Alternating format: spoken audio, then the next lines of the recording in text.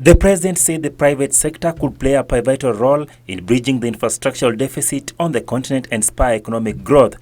So we're working on various programs, such as, for example, in the road sector, how we can put in place a program of annuity where we can work together with financial partners, we provide the work as governments and as institutions. Private capital provides the financial resources required. And ultimately then we have a three-way win-win situation for everybody in the room.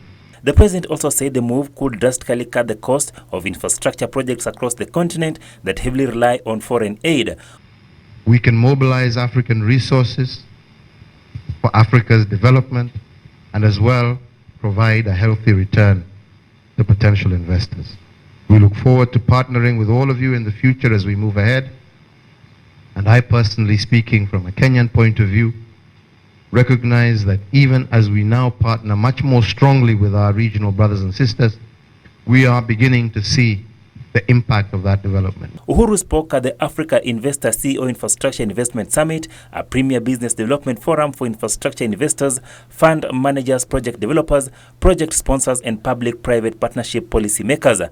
President Kenyatta also called on African countries to embrace a regional approach in developing its infrastructure. Just by working together as governments in the region, we are beginning to see the benefit, of that through simple upgrades, that may be required in power lines in order for us to be able to share our excess power. Something that doesn't cost too much, it just requires two governments from two sides of the border doing that which is required, helps us get the interconnectivity that we require, and we are able to share our surpluses in terms of our power requirements. He said the East African region has prioritized infrastructural expansion, with plans afoot to expand Northern Corridor, connecting the port of Mombasa with Kampala, Kigali, Bujumbura, and Eastern Democratic Republic of Congo.